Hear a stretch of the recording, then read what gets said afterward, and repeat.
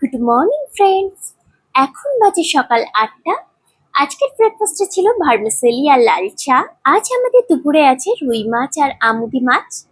আমি এখানে অল্প করে মাছ ভেজে নিচ্ছিলাম আমার বরমশাইয়ের জন্য। আমার বরমশাই মাছ ভাজা খেতে খুবই ভালোবাসে, আর সাথে ছিল লেবুর জল, যেটা ওর খুব অপছন্দের, কিন্তু খেতেই হয় কারণ ডাক্তার বলেছেন। আর এটা ছিল আজকে আমাদের দুপুরের লাঞ্চের মেনু। দেন একটু রেস্ট নিয়ে আমরা বিকেলে ঘুরতে বেরিয়েছিলাম। আমরা চলে গিয়েছিলাম আমাদের এখানকার ফেমাস চপ খেতে। আর দেরি না করে আমি এখন খেয়ে নিচ্ছি একটা গরম গরম চিংড়ির চপ। তোমরা দেখতেই পাচ্ছ কত রকমের চপ এখানে পাওয়া যায়। সন্ধ্যা থেকে এখানে ভিড় জমে যায়। আমাদেরও কিছুক্ষণ ওয়েট করতে হয়েছিল। বাড়ির জন্য কিছু পার্সেল নিয়ে নিয়েছিলাম।